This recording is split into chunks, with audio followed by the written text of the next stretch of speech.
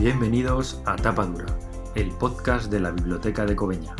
Hoy os traemos un nuevo programa de La Tinta a la Tecla y lo vamos a realizar Javier Saide Ibarra y yo, Andrés Moreno. Hola Javier, ¿qué tal? Encantado de estar aquí con nuestros oyentes. Hoy, en la parte de la tinta, ¿qué vamos a tratar, Javier? Vamos a hablar de James Joyce. Su gran obra Ulises celebra precisamente este año 2022 el primer centenario, así que me parecía muy adecuado. Aunque, aviso, no vamos a hablar de ese libro en concreto. Entonces, ¿cuál? Dublineses, su maravilloso libro de cuentos. ¿Y en la parte de la tecla? Vamos a conversar con Lola López Mondejar, que es una ensayista, autora de Invulnerables e invertebrados, mutaciones antropológicas del sujeto contemporáneo. Muy bien, tiene muy buena pinta. Vamos con ello. Hablamos hoy de un autor fundamental de la literatura en Occidente, el irlandés James Joyce, y de su único libro de relatos, Dublineses, del que emplearemos la versión a castellano que hizo Guillermo Cabrera Infante. Joyce nace en Dublín el 2 de febrero de 1882. Cuando tiene solo 23 años, en 1905, ha planeado un libro de cuentos y envía varios de ellos a una revista. Le publican 3, pero a continuación, desde la revista le piden cortésmente que ya no les envíe más. ¿Por qué? ¿Es que eran malos? No, se trataba ante todo del contenido, no les parecía conveniente y habían recibido ya quejas de los lectores. Por un lado, algunos temas: la vida disoluta, el deseo sexual, engaños, traiciones, incluso una profanación. Por otro, los personajes: jóvenes y ya corrompidos, alcohólicos, proxenetas, pederastas, un cura loco, políticos, familias burguesas y ciudadanos respetables. No se toleraba que esa diversa clase de personas aparecieran mezclados en un mismo libro. Además, mostrando bajezas y debilidades en sus comportamientos, la vulgaridad, la estupidez, los prejuicios, la hipocresía, la vida amargada. Y por si faltara algo, Joyce reproducía calles y otros lugares de Dublín con exactitud y daba hasta los nombres de personas notables de la ciudad. Para rematar, los cuentos no obedecían a una intención moral. Los malos no fracasaban ni los buenos e inocentes salían indemnes. El joven autor más bien mostraba su distancia y a veces su ironía respecto a las vicisitudes de sus personajes. En definitiva, no había lecciones que aprender en ellos, no eran edificantes. Los relatos de James Joyce son rechazados. Aunque el libro está listo, en Irlanda lo acusan de insultar a su país. Ya se sabe, hay que defender la marca patria antes que la verdad. Así que tendrá que esperar hasta 1914 para que un editor de Londres acepte publicar Dublineses. ¿Por qué ese título? Joyce repudia su ciudad natal. Dublín le parece decadente. Tras el intento fallido de independencia vive sojuzgada por Gran Bretaña. Es una sociedad, según la ve él, sin grandeza ni gloria, una prisión en que dominan un catolicismo anquilosado, unas costumbres rígidas y una política resignada. Sus gentes viven estancadas, sin ilusión, en una mediocridad asfixiante. De hecho, a él personalmente le resulta una tortura vivir ahí, hasta el punto que en 1904, con apenas 22 años, decide exiliarse en compañía de su pareja, Nora Barnacle, primero a Suiza, luego a Trieste y a otros lugares de Europa, para no regresar salvo un par de veces al principio y fugazmente. De hecho, morirá en Zúrich en 1941. Joyce escribe su libro de cuentos ateniéndose a unos principios éticos y estéticos a los que quiere ser fiel. En un ensayo anterior, afirma que la misión suprema del arte es aceptar la vida tal como se presenta a nuestros ojos y a los hombres y mujeres tal como nos los encontramos en el mundo real, y no tal como los intuimos en un mundo fantástico. La literatura debe ser fiel a la verdad y huir de cuanto lo enmascara. ¿Y cómo se disfraza u oculta la verdad? Cada vez que se escribe buscando una utilidad moral o religiosa, censurando lo que no es de buen gusto o empleando al narrar un estilo estético que disimule los lados menos agradables. Todo eso no es la vida, dice él, sino una parodia de la vida, como si fuera un medicamento requerido por, literalmente, la inmundicia mental de los espectadores. Frente a eso, Joyce afirma: la literatura debe ser la vida que recoja la totalidad de la vida. Yo buscaba acercar intensa y exhaustivamente todos los fenómenos psicológicos, históricos, fácticos, para que revelasen una verdad total y final. Este deseo suyo de mostrar la vida, no de los héroes, sino de los ciudadanos corrientes, con todo lo que tienen de fugaz, banal, ridículo, vulgar o vanidoso, etc., es precisamente lo que atacarán también en su obra maestra, Ulises, donde se atreve a mostrarlo sin ambigüedades en su pareja protagonista, Leopold Bloom y Stephen Dedalus, que recorren a lo largo de un día esa misma ciudad. El libro de cuentos se centra en personajes de Dublín, que para él es mucho más que esa ciudad concreta, pues de algún modo representa a todas y le sirve como modelo de la vida en la urbe moderna. Dublineses no es únicamente un retrato local, sino también una radiografía de muchas de las actitudes de la vida humana en su conjunto. Joyce organiza sus 15 cuentos de una curiosa manera. Los personajes, siempre diferentes, aparecen en una edad creciente, primero niños, luego jóvenes, adultos y al final gente madura y ancianos. Hay una intención de recoger la existencia humana en sus diferentes etapas. Por ejemplo, en el relato Arabia, sentimos la emoción de un adolescente enamorado de una joven algo mayor que él. Su imagen me acompañaba hasta los sitios más hostiles al amor. Por momentos, su nombre me venía a mis labios en extrañas plegarias y súplicas que ni yo mismo entendía. Mis ojos se llenaban de lágrimas a menudo, sin poder decir por qué, y a veces el corazón se me salía por la boca. Pensaba poco en el futuro, no sabía si llegaría o no a hablarle, y si le hablaba, ¿cómo le iba a comunicar mi confusa adoración? Pero mi cuerpo era un arpa, y sus palabras y sus gestos eran como dedos que recorrieran mis cuerdas. En Dos galanes, en cambio, Joyce nos muestra la miseria moral de un don Juan de barrio. Lo escuchamos jactarse así de una conquista. Una noche, chico, que iba yo por Dame Street y me veo a esa tipa tan buena parada debajo del reloj de Waterhouse y cojo y le doy, ya sabes, las buenas noches. Luego nos damos una vuelta por el canal y eso, y ella que me dice que es criadita en una casa de Bagot Street. Le eché el brazo por arriba y la apretujé un poco esa noche. Entonces el domingo siguiente, chico, tengo cita con ella y nos vemos. Nos fuimos hasta Donnybrook y la metí en un sembrado. La gran vida, chico. Cigarrillos todas las noches y ella pagando el tranvía de ida y la venida. Una noche hasta me trajo 2 puros más buenos que el carajo. Joyce, que era un melómano y hasta pensó en dedicarse profesionalmente al bel canto, tenía un oído extraordinario. En este pasaje hemos observado cómo reproduce el modo de hablar vulgar a la perfección. Su dominio de la lengua inglesa le permite combinar los registros culto y popular. La denuncia que hace de la vida sin aliciente, la soledad, el miedo al amor y el egoísmo es tremenda. Lo vemos en Un triste caso, donde nos presenta al señor Duffy, un solterón de costumbres metódicas, autosuficiente y austero, dedicado a su trabajo en un banco. No tenía colegas, ni amigos, ni religión, ni credo. Vivía su vida espiritual sin comunión con el prójimo, visitando a los parientes por Navidad y acompañando al cortejo si morían. Aunque el lector de Nietzsche, irónicamente se nos dice de él: vivía a cierta distancia de su cuerpo, observando sus propios actos con mirada furtiva y escéptica. Pues bien, Duffy se encuentra casualmente con una mujer madura, casada, cuyo marido no le hace ni caso. Ella, valiente, sensible y con ganas de vivir, se enamora de él. Mantienen diversas citas en que la mujer le abre su corazón, y después de un tiempo se atreve a cogerle de la mano. Pero Duffy la rechaza.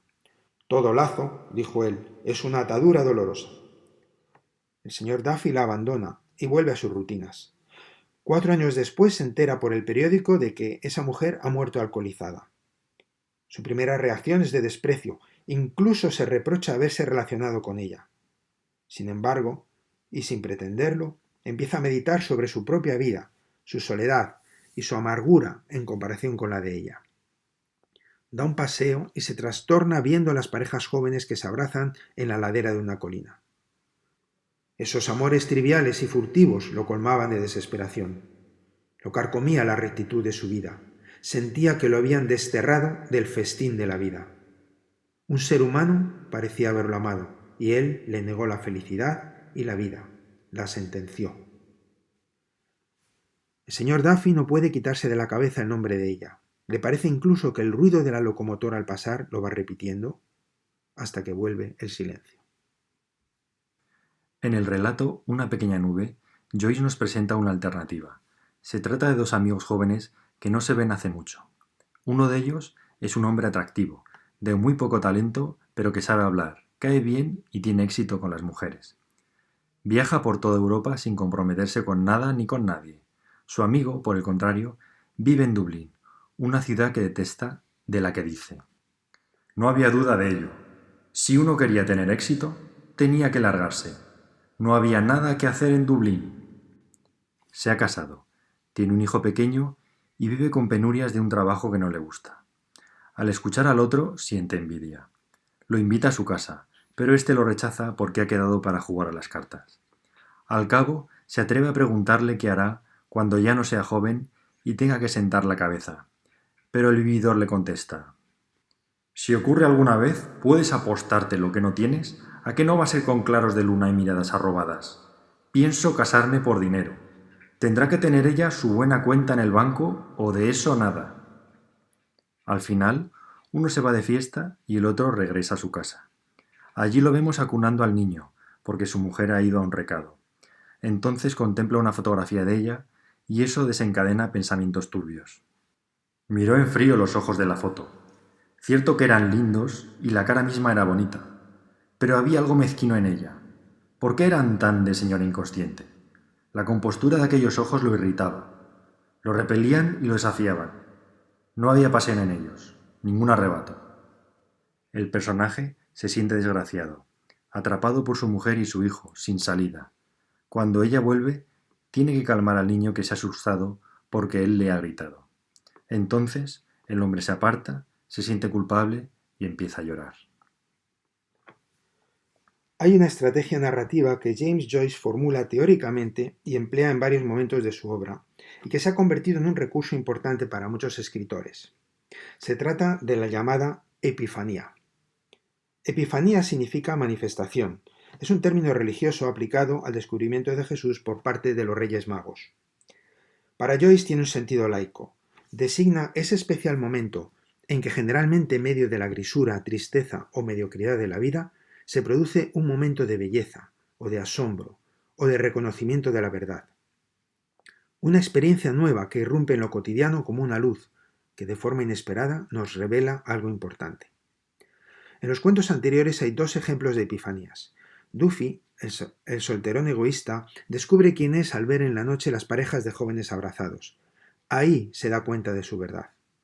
Y en Una pequeña nube, al joven casado se le revela, se le manifiesta, la medianía de su vida al ver la foto de su mujer, y luego con el llanto de su hijo. Esos momentos clave de la experiencia, que acontecen también en la vida real, Joyce los prepara y coloca cuidadosamente en sus textos.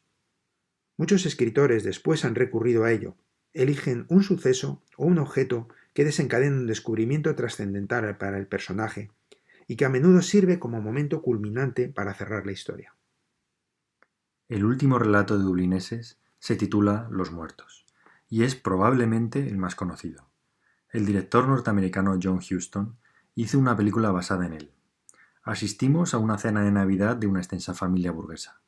Se narran los preparativos, las conversaciones más o menos superficiales, las emociones y los recuerdos de unos y otros, las risas. En la velada también se encuentra un matrimonio, Greta y Gabriel. Cuando todo acaba, se trasladan a un hotel a pasar la noche. Gabriel está feliz y eufórico. Tiene a la mujer que desea, incluso ansias de acostarse con ella. Sin embargo, de pronto a ella le vuelve el recuerdo de una melodía. La melodía que cantaba un joven enamorado que tuvo y que murió, Michael Furey. Él había salido hacía poco del hospital. La estuvo esperando a la intemperie varias horas bajo su ventana. Era invierno y llovía. Murió por mí, le dice la mujer al marido. Aunque su relación fue en realidad casi inexistente, él la había amado con locura. Había sido el amor de su vida y ella no lo había olvidado, aunque hasta entonces no lo hubiera confesado. Luego la mujer se queda dormida. En cuanto a Gabriel, el aire del cuarto le lava la espalda. Se estiró con cuidado bajo las sábanas y se echó al lado de su esposa. Uno a uno se iban convirtiendo ambos en sombras. Mejor pasar audaz al otro mundo en el apogeo de una pasión que marchitarse consumido funestamente por la vida. El cuento termina con Gabriel acostado, mientras ve nevar por la ventana, pensando en cómo la vida de los fallecidos y los vivos se comunica. Así cierra James Joyce Dublineses de manera magistral.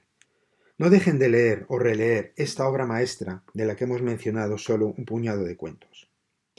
En este final del relato Los muertos, la cadencia de sus frases es hipnótica. Las repeticiones insisten en un mismo efecto, en un sentido que se apodera del lector.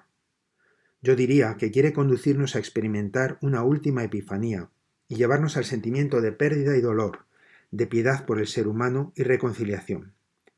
Con sus palabras les dejamos. Leves toques en el vidrio lo hicieron volverse hacia la ventana.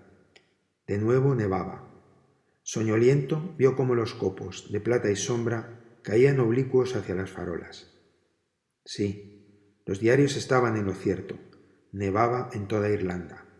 Caía nieve en cada zona de la oscura planicie central y en las colinas calvas. Caía suave sobre el médano de Allen, y más al oeste, suave caía sobre las sombrías, sediciosas aguas de Shannon. Caía así en todo el desolado cementerio de la loma donde yacía Michael Furey, muerto.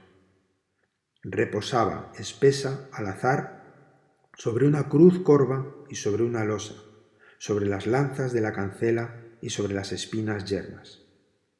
Su alma caía lenta en la duermevela al oír caer la nieve leve sobre el universo, y caer leve la nieve, como el descenso de un último caso, sobre todos los vivos y sobre los muertos.